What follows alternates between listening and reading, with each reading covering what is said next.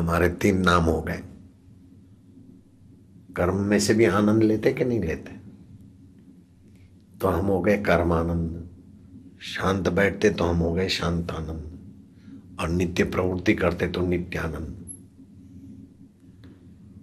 सच्चिदानंद, सत्य चित्त आनंद। और आनंद के तीन विभाग हो गए, कर्मानंद, शांतानंद, नित्यानंद। गप्पे लगा के मजा लो तो गप्पानंद, कीर्तन करके मजा लो तो कीर्तन आनंद। कितने आनंद हो जाते। लेकिन आनंद तो मूल तत्व एक ही है, परमात्मा सत्ता का। मैं ऐसा कर दूं, ये कर दूं, ऐसे कर दूं, ये गड़बड़ा आनंद नहीं करो। अब भी जहां है उसी में आनंदित रहो। जिस समय जो समय मिला वो सर्वोपरि है। जो काम मिला उसको सर्वोपरि महत्व दो। जो व्यक्ति मिला उस समय वो सर्वोपरि है।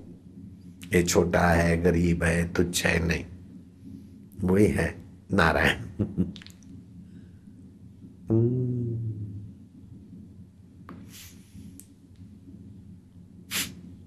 महात्मा का सत्संग सुना राजा ने। सत्संग सुना।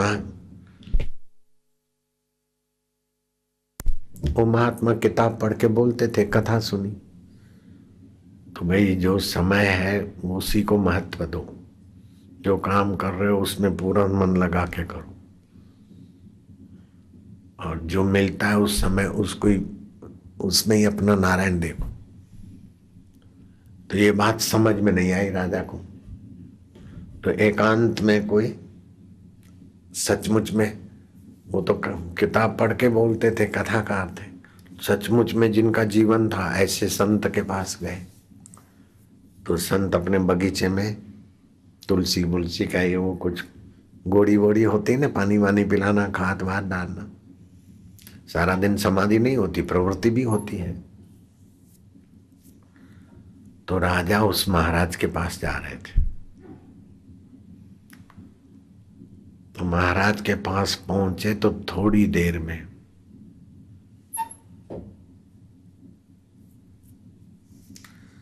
एक जुआन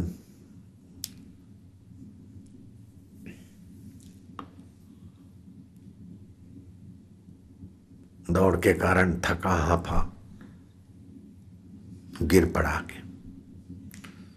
राजा ने संकेत किया, महाराज ने संकेत किया, तुम जो मेरे से सवाल पूछते हो अभी इसकी सेवा करो।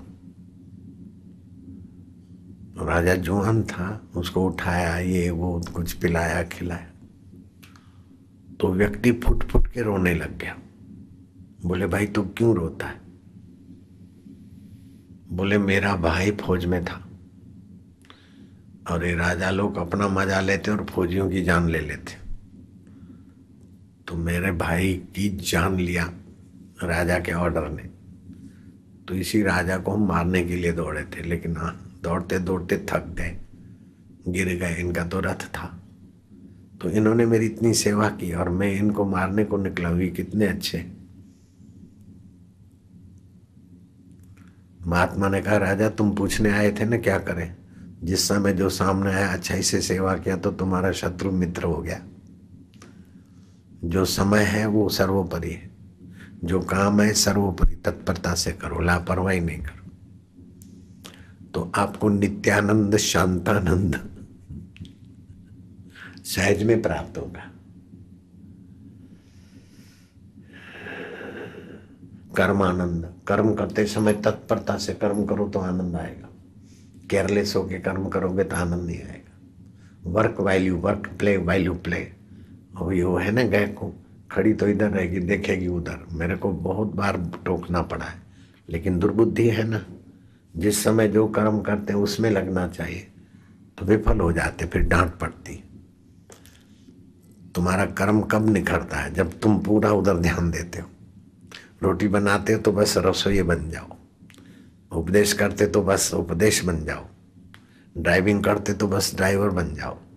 जिस समय जो काम करते तो पूरा कॉन्शियस, पूरी एकाग्रता, तो आपको कर्मानंद मिलेगा, कर्म का आनंद आएगा। काम तो ड्यूटी तो इधर है, देख रहे हैं वहां, ये दोनों ऐसी चंड है, इनकी बदली होने के दिन आ गए। लेकिन दूसरों की भी बुद्धि ऐसी, तो क्या करें, चलाना पड़ता है। जिस समय जो करो तत्परता से करो तो कर्म का आनंद आएगा। जो कर्म में तत्पर नहीं है, जो शांति में तत्पर नहीं है, नित्य कर्म में ध्यान नहीं देते, उनको न नित्यानंद आता है, न कर्मानंद आता है, न शांतानंद आता है। तो फिर क्या करते हैं, फूंक आनंद बनते हैं। सिगरेट फूंकना पड़ता है, पान मसाला आनंद बनते, पिक्चर आनंद बनते हैं, सेक्स आनंद बनते, काम विकार आनंद बनते, और बाद में काम विकार भोग के आनंद लेना चाहते हैं, लेकिन मैंने फिर आनंद नहीं होता, फिर आनंद नहीं बनता, परेशान हो जाते हैं। तो परमात्मा का सहज स्वभाव है, जैसे पानी तरंगित होता रहता है, ऐसे परमात्मा तो सहज में आनंद है। उसमें टिको तो कितनी भी निंदा हो जाए कुछ नहीं बिगड़ता, कितनी भी वाह वाह हो जाए कोई आकर्षण नहीं होता, कितना भी भूतकाल कैसा हुआ शोक नहीं होता, कैसा भी भविष्य काल आएगा भय नहीं लगता, कैसा भी वर्तमान का झंझावट है फर्क नहीं पड़ता। खाली आधा घंटा शांतानंद हो जाओ तो 8 दिन संसार के व्यवहार में जूझ सकते हो, अच्छे निर्णय आएंगे। खाली आधा घंटा, रात को सोते समय जाओ और सुबह उठते समय ध्यान में जाओ। आधा घंटा अगर रोज करे तो कहने का क्या है। वैसे तो साधु को 4 घंटे और सामान्य व्यक्ति को 2 घंटे रोज ध्यान करना चाहिए, ऋषि दयानंद के अनुसार। कोई समस्या रहेगी नहीं। ध्यान भजन में रुचि नहीं है, ऐसे लोगों को ही समस्या होती है। फिर खोपड़ानंद बनाते रहते हैं, मैं हिंदू हूं कि मुसलमान हूं। अरे मूर्ख, बोले आपने मेरे को क्या बना दिया भाई, मैंने तो कुछ बनाया नहीं। बोले नहीं आप बोलते हैं, मैं नहीं बोलता हूँ, तेरा मन ही बोलता है। अंत संत तो मन बोलता है। मुसलमान हूँ मैं, फलाना हूँ मैं, ढींगना हूँ। अब नाम हिंदू का है, खान पान हिंदू का है, जब ओमकार का करते हो, फिर पूछने का सवाल क्या। दिमाग थोड़ा कमजोर हो गया कल्पना में। हरिओम करके गुंजन करे और शांत हो। ज्ञान मुद्रा में बैठे, जीव बाहर करके श्वास अंदर जाए और बाहर आए तो शांति, श्वास अंदर जाए भगवान नाम जपे, तो इससे दिमाग के ज्ञान तंतु ठीक हो जाते। यह करे मन प्रसन्न रहने लगता है। जो खिन्न होता है ना तो उसकी आवाज में भी खिन्नता होती। और जो बोलते मैं हिंदू हूं कि मुसलमान हूं, वो व्यवहार, मधुर व्यवहार नाम की छोटी सी पुस्तक है, वो पढ़े तो ना हिंदू ना मुसलमान। हिंदू मुसलमान तो शरीर का नाम, तुम तो भगवान के अमृत पुत्र हो। शांतानंद कर्मानंद विषयानंद बन जाओ। जब कर्म करे तो उसका भी आनंद हो, जब शांत रहे तो परमात्मा का आनंद हो, और नित्य नैमित्य करे तो नित्यानंद हो। तो आपको इंद्रियां नहीं बनानी है, शरीर भी नहीं बनाना है, बना बनाया है। भगवान को भी नहीं बनाना है, वो भी है, वो बनाए नहीं है, स्वतः सिद्ध है। अब भगवान के पास जाना भी नहीं है और भगवान को बुलाना भी नहीं है। खाली बुद्धि पर जो नासमझी के संस्कार है वो सत्संग के द्वारा, जप ध्यान के द्वारा हटाना है।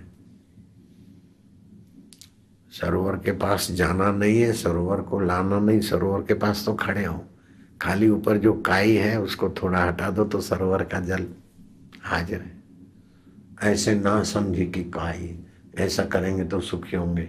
कपट करके भी सुखी होना चाहते, झूठ बोल के भी सुखी होना चाहते, झगड़ा, लेकिन परमात्मा प्राप्ति को महत्व नहीं देते ना।